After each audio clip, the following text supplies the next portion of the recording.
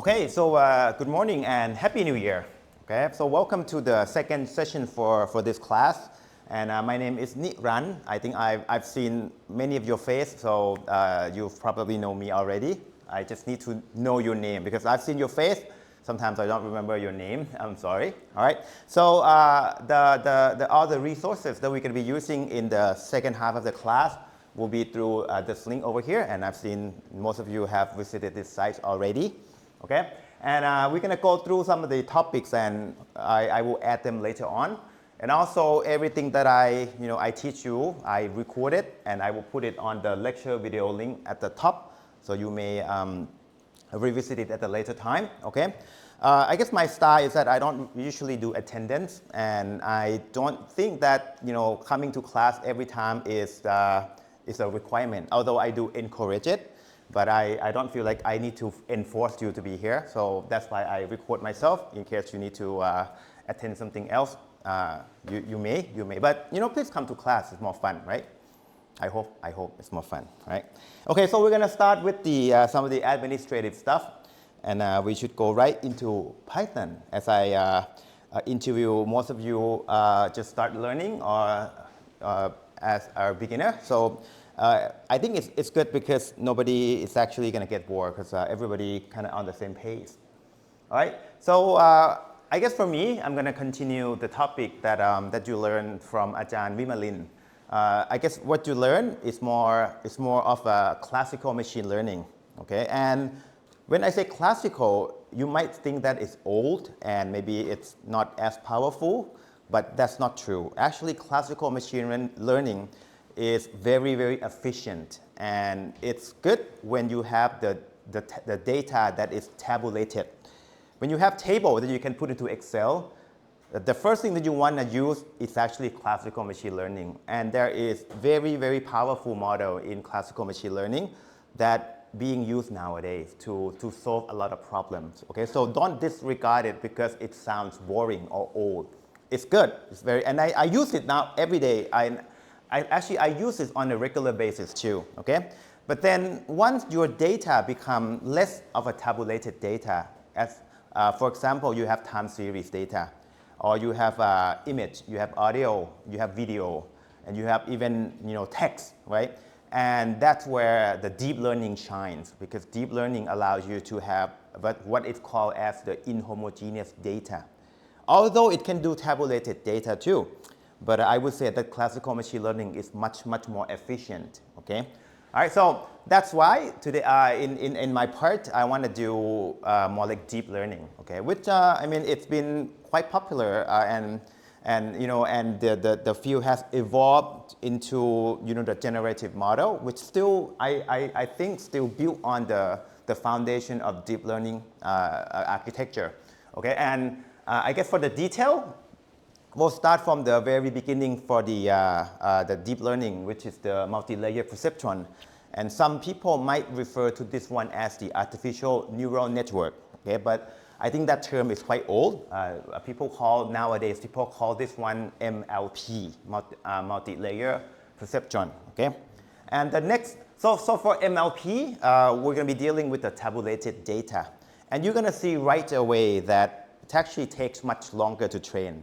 And sometimes it's actually not performing as well too. It can perform worse than the best classical machine learning model too, okay?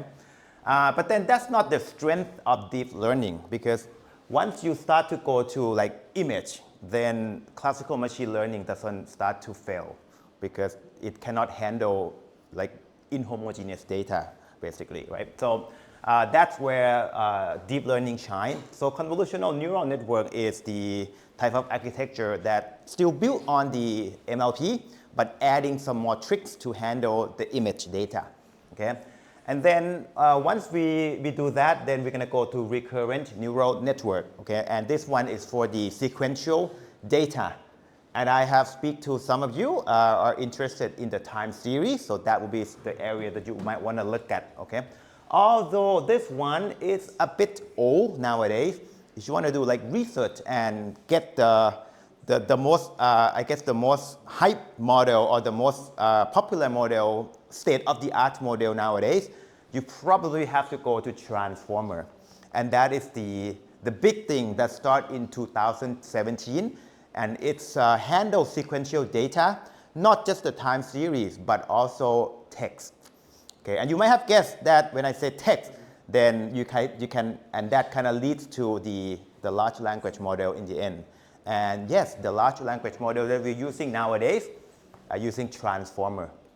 Okay, so if you're doing research on time series, classical machine learning model still works. Okay, you can also experiment with the recurrent neural network, and LSTM would be something that you're probably going to use, right?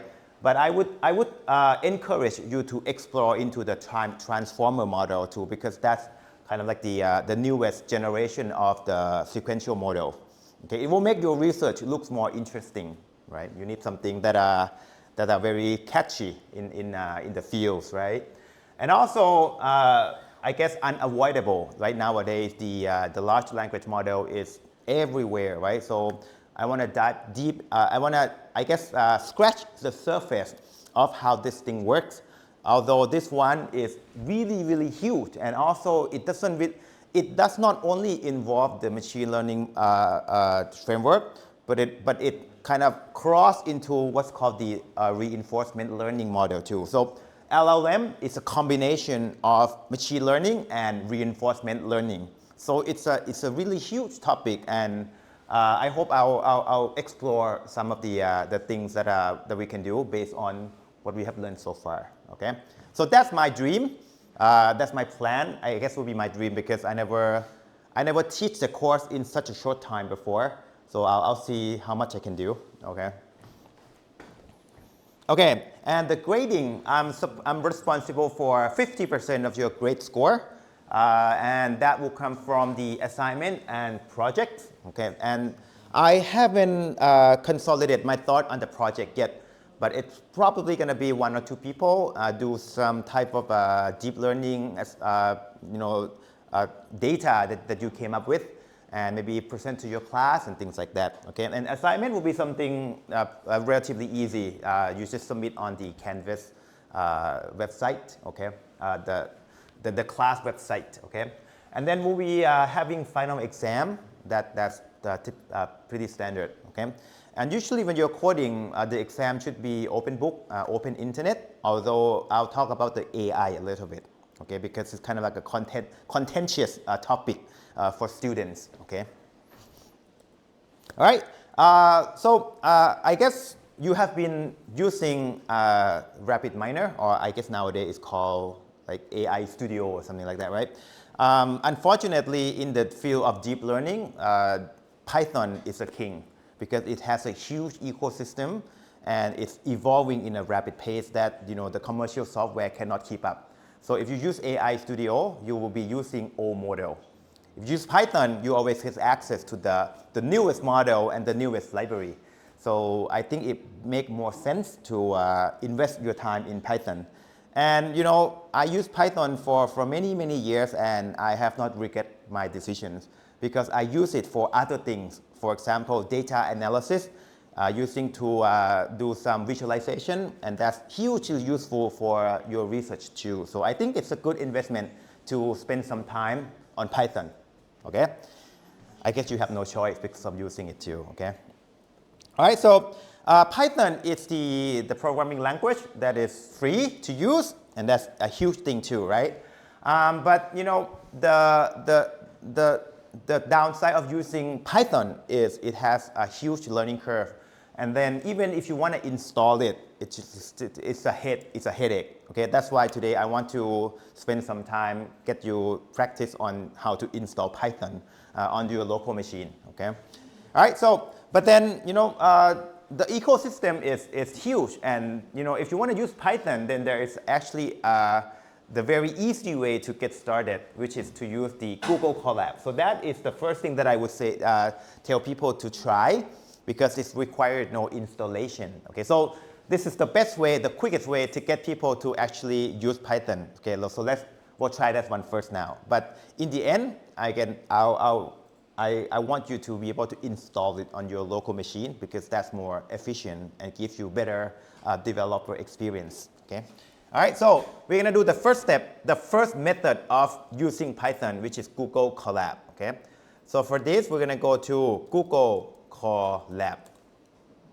It's the web application platform, so you don't have to install anything. Okay.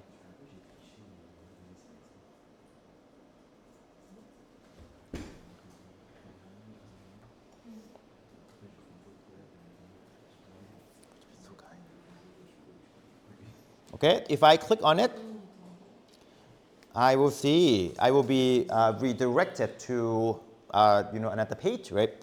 And I mean, for you, if you use it for the first time, it might be different. But what I want you to do is create something called the notebook. Okay, so I can go to File and create new notebook in Drive. So try to look for that option of creating new notebook. Okay, and you should be greeted with something like this.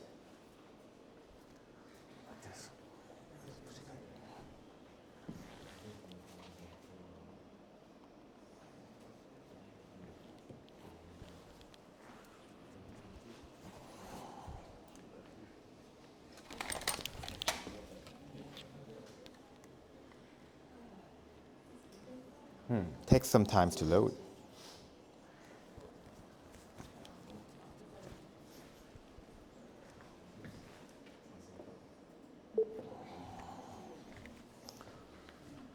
Okay, so it's not loading for me, so let me just refresh it.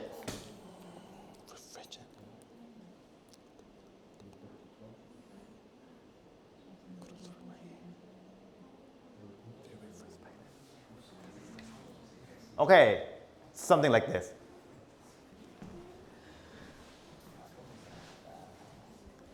The only caveat that I've seen is that if your Google Drive is full, then you might not be able to create your a new notebook. So if that's the case, don't worry, because we're not going to be using this one that much.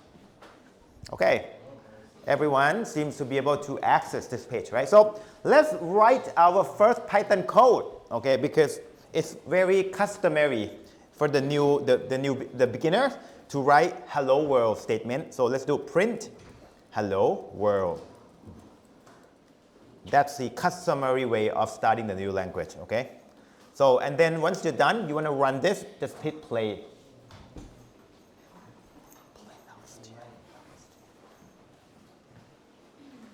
And you will be seeing your text appearing at the bottom. In that case, if you did this for the first time, congratulations, you've run Python scripts.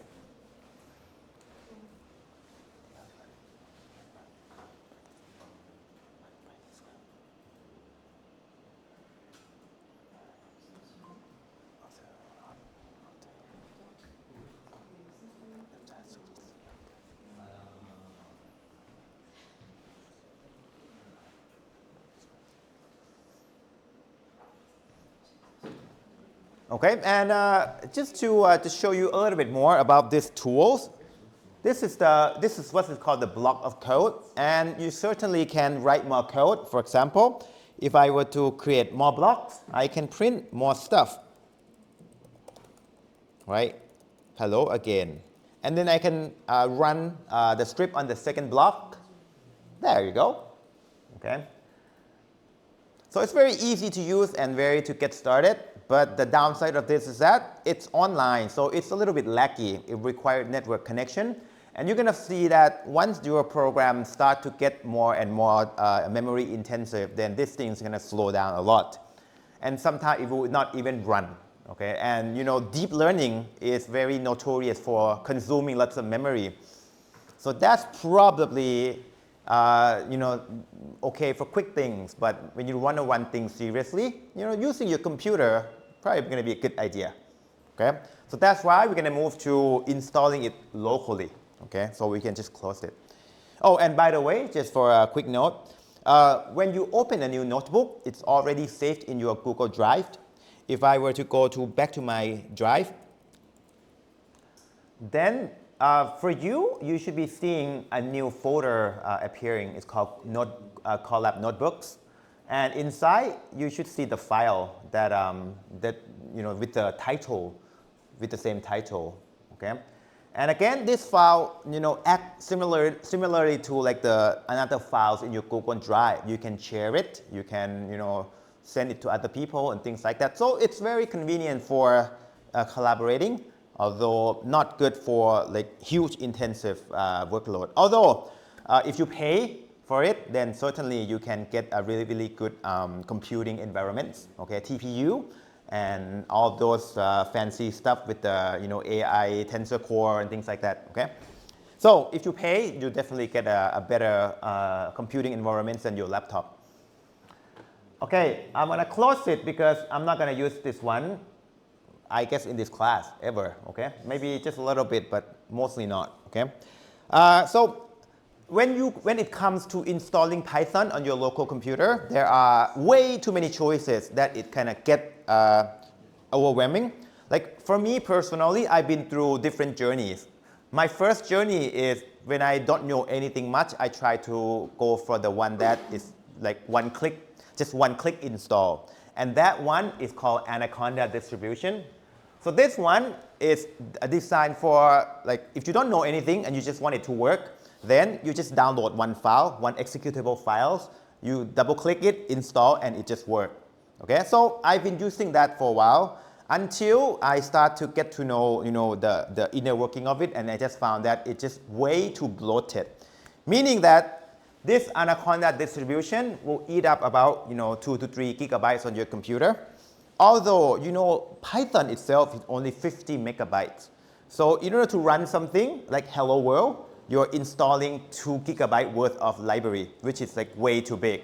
So I just stopped using it because I even stopped recommending it to people because it just blowed up their laptop just to run something very, very minimal.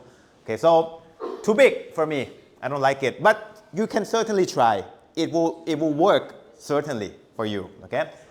Another option that I try afterward is to install Python from Microsoft Store. You can certainly do that too. If I go to Store, sorry, Mac guy, you don't have this. Okay, sorry. Sorry for Macintosh people, you don't have Windows Store. Okay. Okay, if I go to, if I type Python in here, you see that you have many options. You can just install it right from the store, okay? And you can even choose the distribution, like what version it's gonna be, right? And this one works for me for a while, right? But I just have, I'm annoyed by this choice because it's too small, it's too bare bone. Meaning that if I recommend this option to you, then you have to go through like a many more steps of installing, another library, another packages, and configure a lot of things to make it work. So this one is good if you know everything, and it's kind of like you want to configure it from scratch. Then yeah, it's fine. But too many little steps, and it gives you too minimal setup. I guess it's too bare bone. Okay, so I want things that give me, control, flexible, but not too big. And this is my third option that I've been using for the past few years, which is to use the package manager.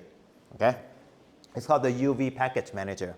Okay, so the idea of package manager is similar to how you would go to Play Store or App Store on your mobile devices, right? When you want to install application on your mobile devices, you don't install it directly.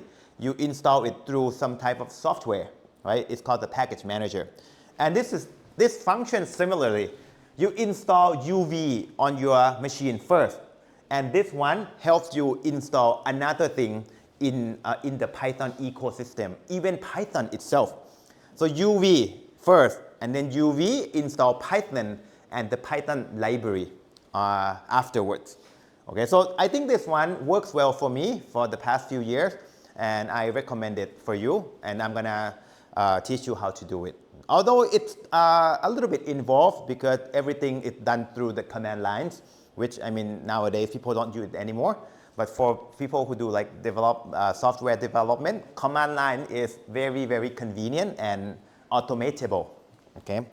All right. So without further ado, and if you own a Mac, I'll be with you shortly. Okay, because everything's different. Okay.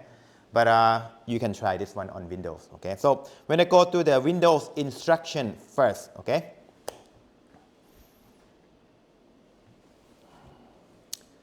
All right. So as I was mentioning, the installation is going to be done through the command lines. So the command that in order to do that, you have to use the terminal software. And the terminal software on the Windows, it comes with PowerShell 5 version. Okay. So we're going to open PowerShell. So if you go to your search bar and you type PowerShell, then this is the terminal program that I was talking about. Okay, you can certainly open it and we'll just look. It looks blue.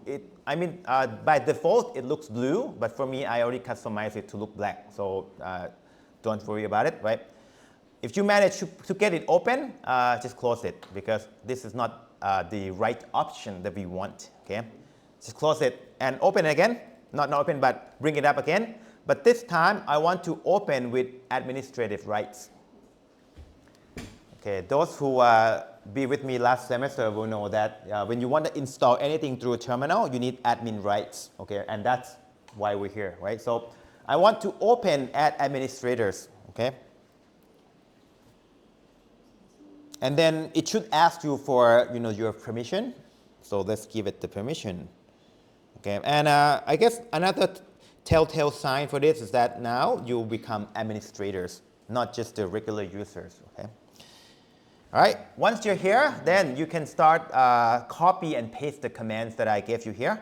So if you're using Windows 32, I recommend copying this line first. How do we know if we have Windows 32 or 64? I think you go to settings. Actually, I don't remember how you system, right? And about, that should say something called 64 bits. Right here. Okay, so if it's saying 64-bit operating systems, then you are using Windows 64. I think if it doesn't say anything or like 32, then it's probably gonna be 32-bit Windows. Okay, so. Most computer nowadays should be 64-bit, so I wouldn't worry about it if you cannot find it. Just assume that you are using 64-bit Windows, okay? All right, so but if you run into some weird bugs, then I would probably suspect that this is the case, okay? But anyway, we're gonna skip because I'm using Windows 64, so I'm gonna copy this line, okay? To copy, you can use Control-C or to be even easier, just right-click and copy. Okay, and then we're going to paste this command line into our PowerShell in administrative mode. To paste, you can do right-click or you can do Control-V. But I think right-click would make the most sense for those who never used this before. Just like right-click. Okay, and then we're just going to hit Enter. Okay. And once you hit Enter, it will ask you for confirmation. I want yes to all. So you're going to hit A and then Enter one more time. So I'm going to hit A and Enter one more time. Okay? If you see nothing, then you're good to go. If you see red text, something yelling at you, can you give me a call?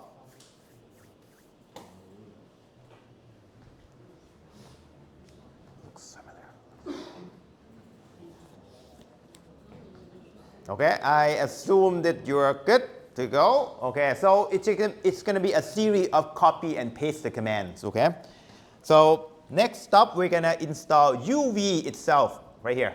Okay, so we're going to copy this command. Take a note that this command also contains the double quotations. So do not leave out the last double quotation. Copy, and then right-click, and then Enter. For those who already did this, it will just update UV, so it doesn't hurt to try. Okay, so you can do it. Why not get the latest version, right?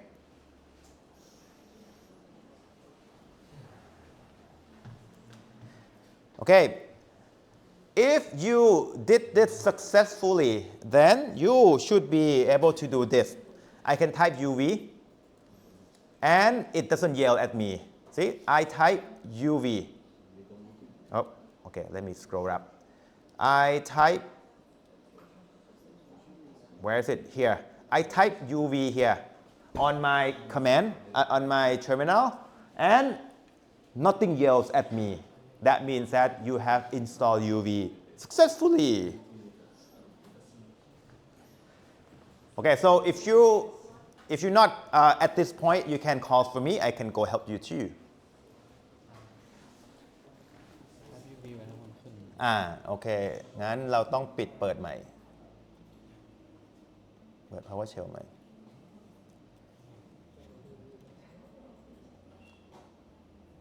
พิมพ์ UV ครับ มาแล้ว Okay, so I found that maybe you need to close and reopen PowerShell one more time, and it works. Okay, that's normal too. When you installing things, you probably need to reopen the program. เปิดปิดใหม่ครับ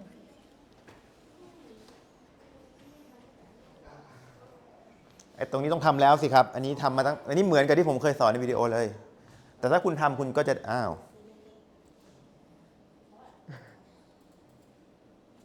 คุณไม่ได้เปิดแอดมินโหมดครับ เช่นเดียวกันของคุณน่าจะเหมือนกันแอดมินโหมดต้องเปิดเป็นแอดมินครับ ของคุณก็ต้องเปิดเป็นแอดมินถึงจะทำได้ คุณ install UV ก็ได้ มันก็จะได้เวอร์ชันใหม่ครับOh, I think you already had Python installed. So is it okay? How did you install this one? On the Python website. Oh, so you do the other way. Okay. You can actually I recommend, because this is certainly fine, although the commands that you will use is a little bit different from me.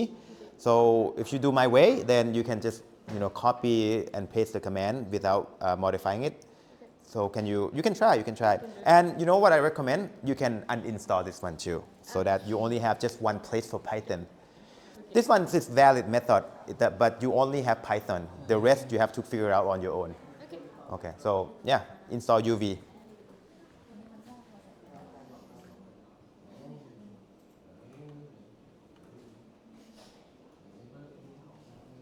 This is zip ครับ คุณไม่สามารถลาก zip ไฟล์ใส่นี้ได้ คุณต้องเอา zip ไฟล์ออกมาข้างนอก แล้วเอาข้างนอกใส่นี่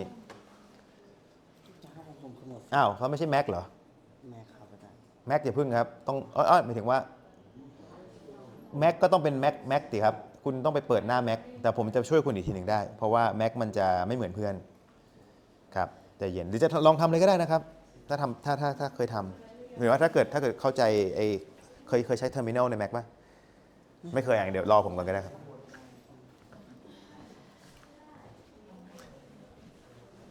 Okay. Next stop. Don't worry if you still I guess waiting for something. I'll go through this process a little bit, and then I'll come help you later for those guys who get stuck. Okay. All right. So the next step is I guess it's optional, but just do it anyways. So there another software that quite useful for me. I'm not sure for you. It's called Choco. So Choco is another package manager, but this one for Windows. Windows guys, it's really outdated or 2010 way of installing things when you download executable and double click on your computer. That's way too old, right?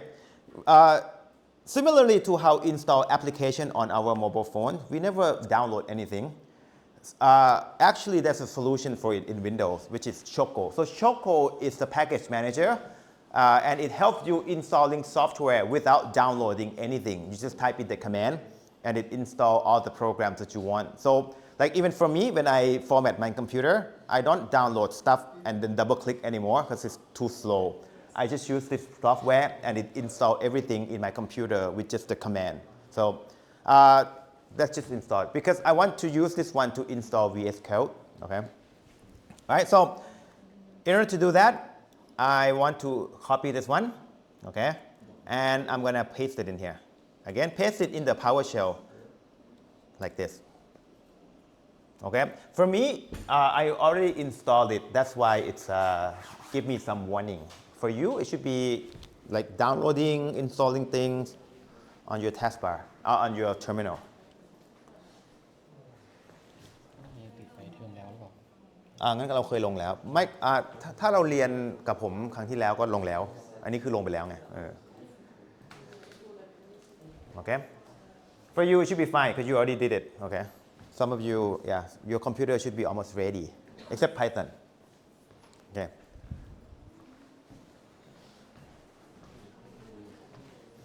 Okay.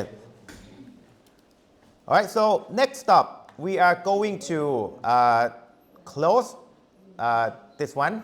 We're going to close it because now we don't want to open as administrators anymore because Python. We want to install Python on our user directory.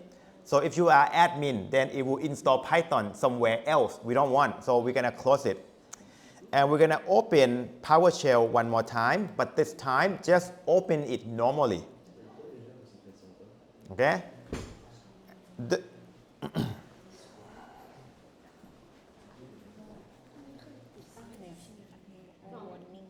ได้เลยครับปิดได้เลยครับปิดเลย Okay. So the sign that you want to take a note at is when you open it normally, the location of your, I guess your prompt is actually in the user folder. See this user? That's the right place to be. When you open this terminal as administrators, it goes to somewhere else that I don't want. It goes to the system folder, which is dangerous. Okay. So we want to be at the user folder, right? In order before we execute the command, the next command. Okay, so the next command is this one. See, once you install UV, then you want to install. You can install Python using this package manager. Okay. Although some of you might have. Oh, I mean, I don't think any of you. Well, some of you might have done this already. Okay, like that.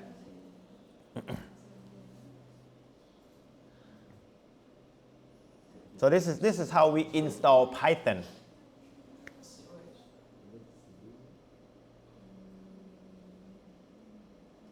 And notice that I used the 3.12 version because nowadays the newest version is 3.13.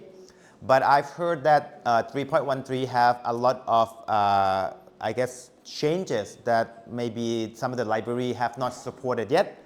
So that's why I use 3.12 for now. I just want to wait a little bit. Okay, it's called the breaking changes. All right. Now you have Python on your computer, right? But you have to tell the terminal where is your Python. Okay. Also, sorry. I skipped a step a little bit. So the next step is called the virtual environment. Okay. I will talk about this concept later on. Okay. But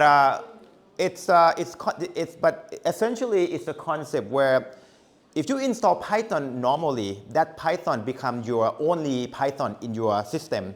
But it can become quite problematic if you want to, I guess, use Python in a different version. And people had come up with a solution where if you want to use different version of Python on the same computer, you should create the different environment. And that environment is called the virtual environment. Okay? So I want you to do it right now because once you create the virtual environment, it's very easy to delete it. It has no effects on your computer. If you install the Python regularly and then you uninstall it, it could have some unintended effects. But for this, if you delete that folder, it's gone, no problem. It's easily disposable. Okay, so this one is a more advanced concept, but just do it anyway because it's just one line of code. Okay, so we're gonna do UV, V-A-N-V. So create the virtual environment with the Python 3.12. So do that and do that. Okay, hit enter. I don't want to do it because for me, I already did it. So yeah, I don't want to do it because I want to delete mine first, but For you, you should do it because if you haven't done it, then yeah.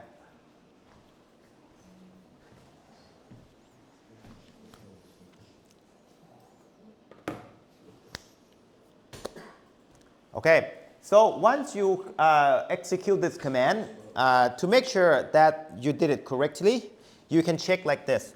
If you go to the Window Explorers, okay, and if you go to put your home folder, to do that, you go to Local Drive, you go to Users, and your username. So for me, my username is called admin. Okay, if you see this folder called VENV, then you're good to go. Okay, so confirm with me before we go that you have this folder on your home folder. Okay, just one more time. To go to home folder, you are going to click at drive, the local drive, okay, and users, your name, your username, and look for a folder called VENV. And this is where the Python executable, along with all the packages, lives. And if you want to destroy this environment, you can just delete this folder and no side effect to your computer. That's kind of the nice thing about using this approach. Okay? And you can certainly install as many virtual environments as you want with different versions of Python, different versions of packages. It's very, very flexible. Okay? All right? If you have not seen this, if you didn't see this particular folder, can you call out for help? Okay, I will continue. Okay. So next up, we're going to be installing, oh, not yet, we're going to be activating that environment. So this particular command tells the terminal that we are going to be using that particular Python from that environment, like this. So this part, activate.ps1, will tell your terminal that this is the Python that I want. Okay? And now you can also run Python script from here because now your terminal is Python aware. Okay? So we can do Python. You can type Python in here. And now it should say Python 3.12. See? Because this is the one that we just installed. Right? It's 3.12, right? And, you know, to show you that you can even run scripts, then you can just type print hello world, like this. Oh. And there you go. I got the hello world for me. Although there's no colors in here, but it works, right? You can run Python script from the Python command line. Yeah.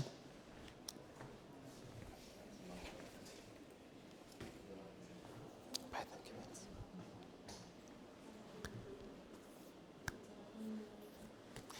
Okay, and again, if you see, so right now we're in Python program per se, but we want to exit to the normal terminal programs. We just type exit and then with the parentheses. And now I'm outside the programs. Okay, so you want to be outside the program. Okay, you don't want to be inside the command. The next command doesn't work inside the Python programs. Okay?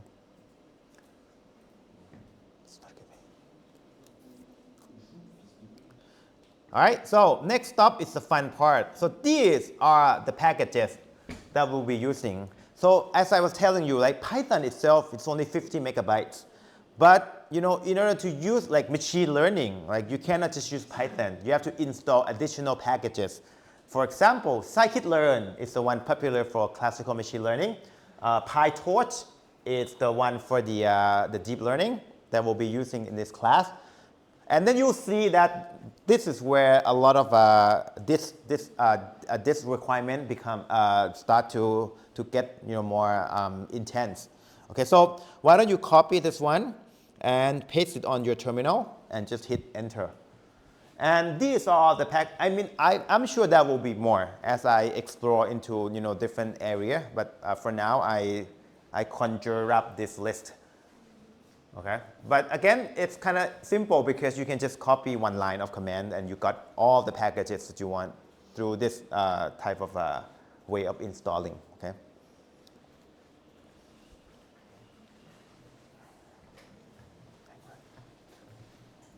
Again, I don't want to do it because I already did. Okay.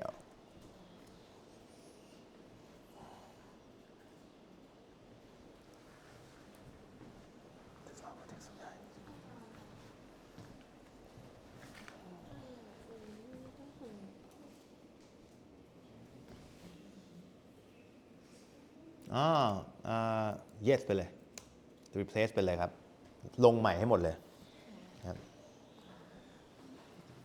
คุณลงใหม่ก็ได้ครับ ไม่เป็นไรอันนี้ต้อง exit ก่อนครับ ตอนนี้คุณอยู่ใน Python คุณกด exit ผมหน่อย exit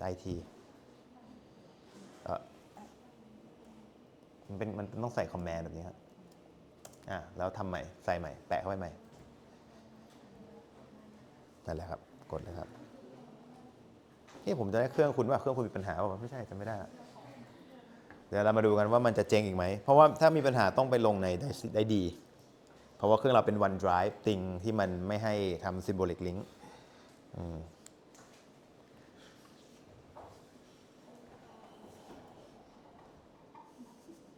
เรารันได้หมดแล้วนี่เนาะโอเคเพราะว่าเราลงทำแล้วนะโอเคแต่ว่าไอ้ตัวที่ผมให้ทำมันจะมีตัว PyTorch ด้วยนะไอ้คอมมานด์เนี้ยมันมีมากกว่าที่คุณลงในตอนที่ผมเทรนกับผมนะคือที่คนลงมันจะมีถึงแค่ประมาณแถวๆนี้แต่ว่าที่เราจะใช้ในวิชานี้มันจะมีปาปืดนี้ทั้งหมดเลยนะก็ลงเพิ่มก็ได้แต่ว่ายังไม่ใช้อีกสัก 2-3 อาทิตย์นะครับ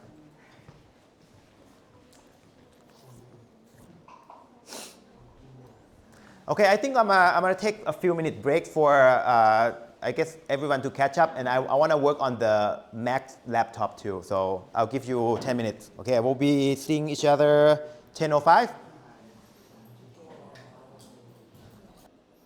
All right, so the next step, right now we have finished step number 4, okay? So step number 5 is VS Code. So do this with me.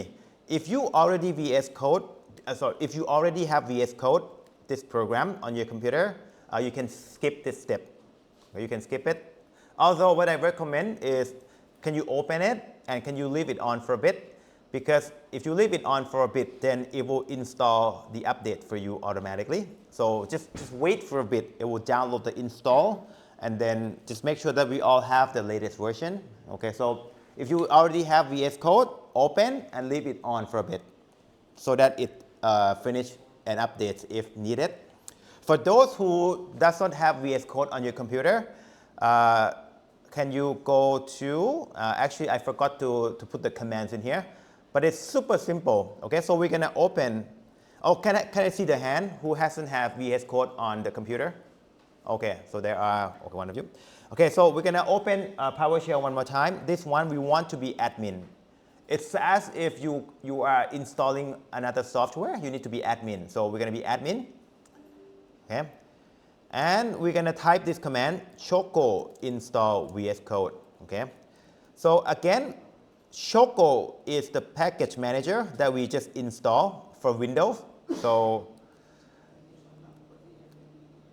this one is the package manager. And I'm just telling package manager to install VS Code for me on Windows.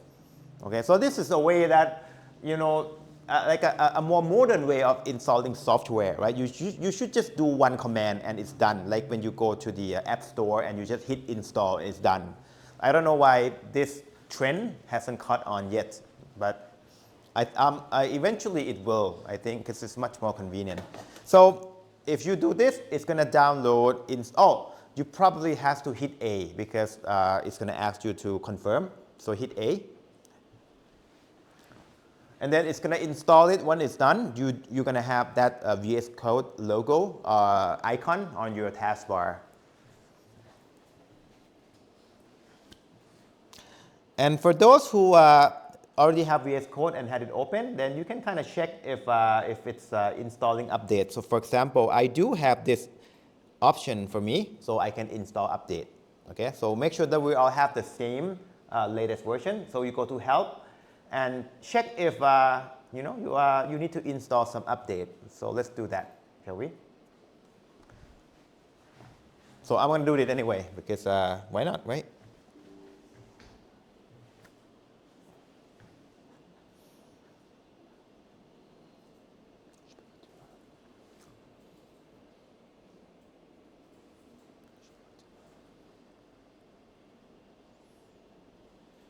Okay, and say update now. So I need to restart too. So I'm going to restart VS Code. And then it's,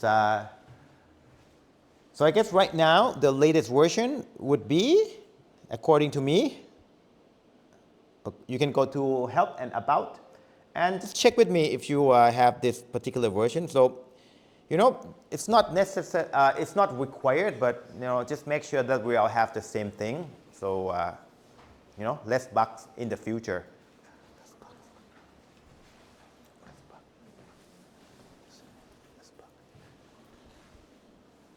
Mac นั่นนะครับ Mac ก็น่าจะได้เหมือนกันนะคิดว่าเอ๊ะหรือว่าถ้า Mac มันอาจจะเป็นคนละเวอร์ชันก็ได้ไปที่ About ครับ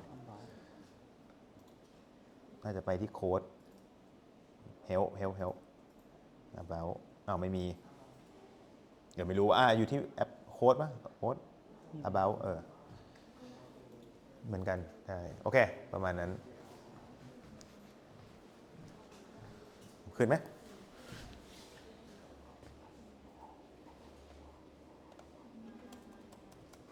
น่าจะได้แล้วนะครับลองหาคำว่า V ลองคลิกนี่มาแล้ว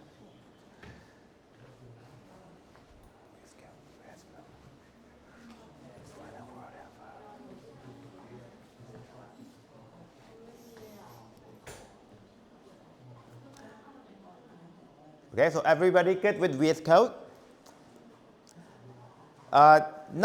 If you have been using it for a short time, it should be okay. As long as it's not like much different from this, you should be fine. Okay. All right. So let me move on. Okay. So right now I want you to kind of understand what's happening here. So in your computer, you already have Python, you already have VS Code, but there is still one missing piece, which is that VS Code is a program built for general code writing. So it does not know about Python yet. Okay, so we want to make VS Code Python aware for the for this to work. Okay, so that's why there's another step where you need to configure VS Code to kind of link to whatever you just install on your computer. So yeah, I know it's a bit complicated, but this one you just have to do it once. Okay, so for you VS Code you already have it. Right, so you're good to go. Make sure that it's updated. You can go to help and see if you can check for updates. Right, just make sure that we're on the same version. Okay. All right. So the next step is to configure VS Code for Python. It's going to be number 6. Okay. First, there are extension. So extension is like a plugin for VS Code. So I'm going to go to. Let me just close this one. So you should be seeing something like this, right? I'm going to go to this tab right here. This one. It's called Extension tab. Okay. And this one, we're going to be install the extension relating to Python programming.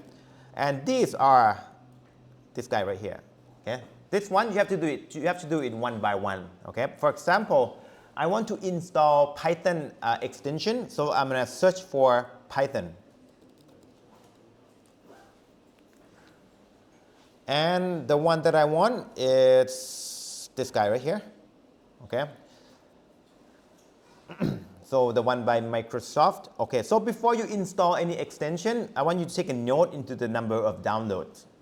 If there are almost 200 million downloads, and that should be legit.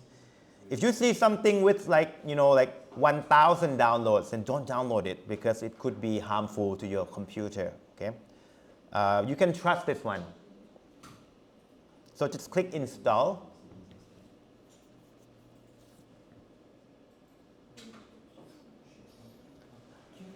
All right. So once you did this, then you can go through the list of extension one by one. So once you're done with Python, can you do Python environments? Okay, I think this one should be automatically downloaded for you, but you should double check that. Okay. Again, each of this should have at least 1 million downloads and more, okay? So be a little bit more careful when installing stuff, okay? Python indent, Jupyter, and rough, okay? So to check it.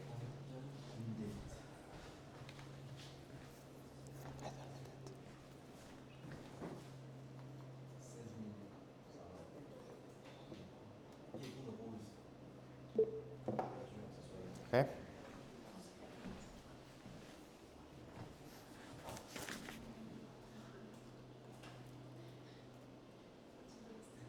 Okay, I don't know how long this has been, okay. So test.py, and then you can start typing your code, hello world, like that, see?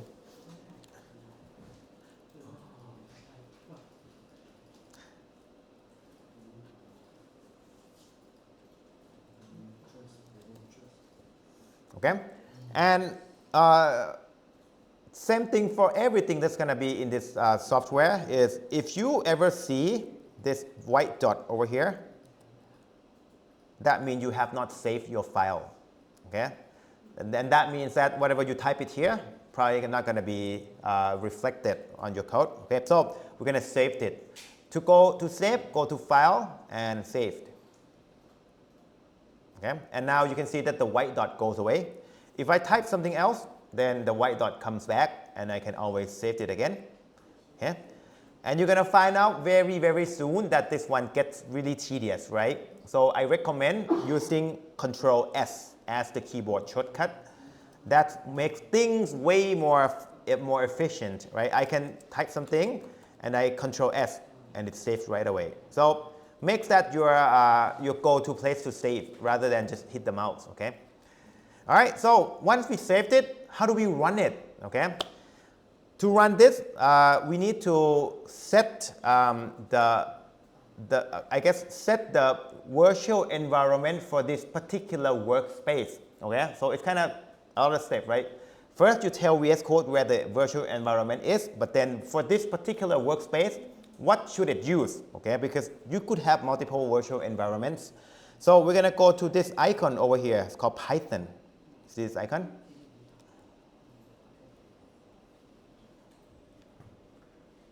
I've seen cases where people don't see this icon. So if that's the case, bear with me, okay? But for those who can see this icon, this one tells you, gives you ability to choose which virtual environments to run on this workspace. Okay, so I'm going to go to VENV, and right away, if you set that tilde correctly, then you should see an entry in here. It should be your username basically. Okay, and if you see it, then you can choose this one. So you're gonna click the star, which is Set Active Workspace Interpreter, and that is how you tell VS Code that in this particular workspace, you want to use Python from this folder, okay? Okay, I'll be with you soon. I don't have the... You don't have the star. Yeah.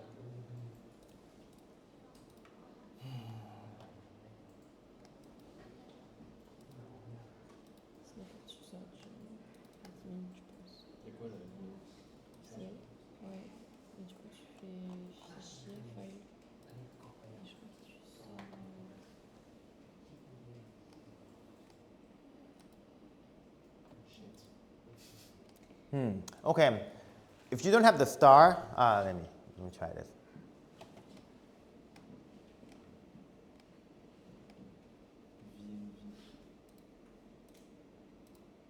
It's not using the right Python. It's wrong Python. Okay. In any cases, this method, in the other class too, I've seen that it's not always work. Okay, so first, some people don't see this one at all, and I just learned from you that you don't see the star. So we're gonna try a better method, but it's just a little bit more involved. Okay. For those who cannot do it from here, we can do it from here. So I'm gonna do Control P.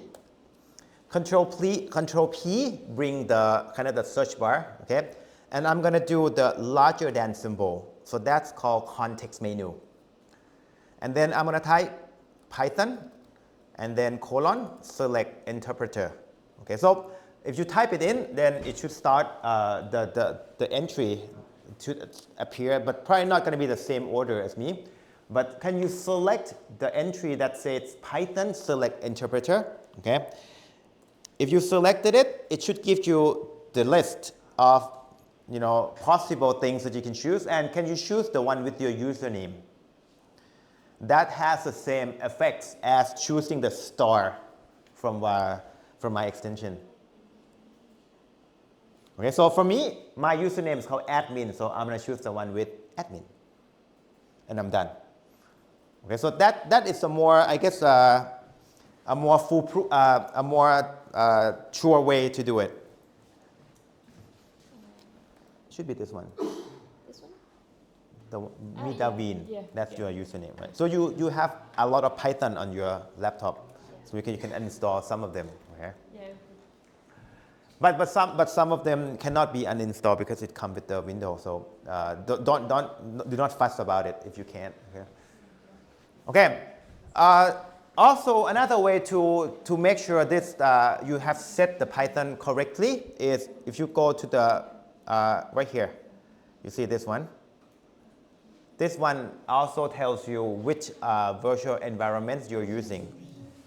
So right now I'm using Python version 3.12, and the virtual environment is from my admin folder, admin home folder, which is correct. Like it should say your username basically. And if you did that, then you should be able to run this file by hitting this play button right here. Can you try hitting the play button?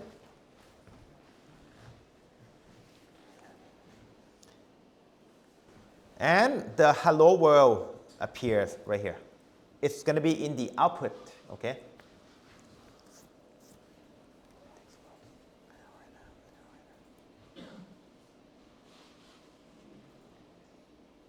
Okay, everybody is good? Okay, so congratulations, you have done, probably the most steps procedure for this course, right? The rest is going to be just coding and stuff, so the setup is a little bit involved, okay? So this is your typical Python scripts. It's just a bunch of text, okay? You might want to use this later on in your research, I would say, but for this class, I'm not going to use this particular interface because it's too, it's hard to debug because it has to run from beginning to the end every time. You cannot stop at the middle, although technically you can, but it's more involved. So for me, what makes teaching easier is to use what's called the notebook environment. So we're going to create a new file called test, but now it's going to be IPYNB. So take a note at the extension. It's IPYNB. So this one is specific. So once you create a file with this extension, the VS Code knows to load the new notebook environment, which is different from just the plain script, okay?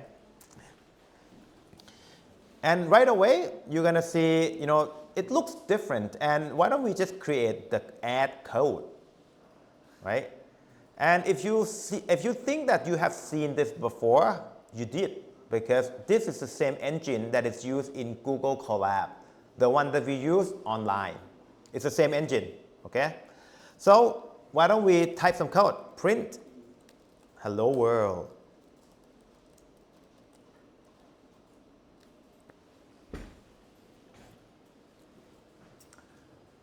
Again, this one looks a bit strange, right? Because there's no color. Usually there's some color, right? So something is, again, missing, okay? And this one, to explain, okay, so bear with me. When you run Python scripts, this one right here, right? This one done, right? This one is using, it's called just the Python scripts interpreter, okay? So that's one engine for running the scripts, right? But when you want to run a notebook like this, it's actually loading another engine. And you have to tell that another engine where your Python is one more time. Okay, that's kind of confusing, but behind the scene, we're using different engine, and you have to tell each engine where your Python is. And to tell this engine, you're gonna select this select kernel. So that engine, we refer to them as the kernel. It's called the Jupyter kernel. So click at the select kernel, and then you're going to be created with Python. Select Python environments, and again, you can select the one with your username. So the same Python virtual environment, right? But you just tell different engine where it is. That's all. So select it, and now you can see that the color comes up because now this one is Python aware. Okay, and you can run it now. I'm going to hit play, and now I got hello world.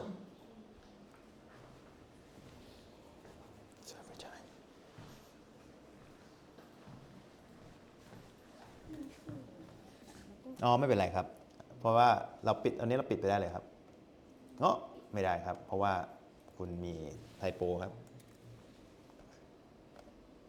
แล้วพิมพ์พลาด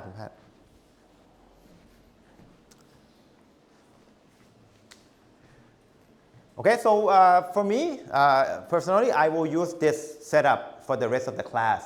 Okay, and I do recommend you use this one too. It's more snappy. Probably your laptop has more RAM than Google Colab, and I don't know. I like to keep things local. All right. So if you're done, congratulations, because next time all you need to do is just open VS Code and start coding and learning. Okay. No more setup from now on. Okay.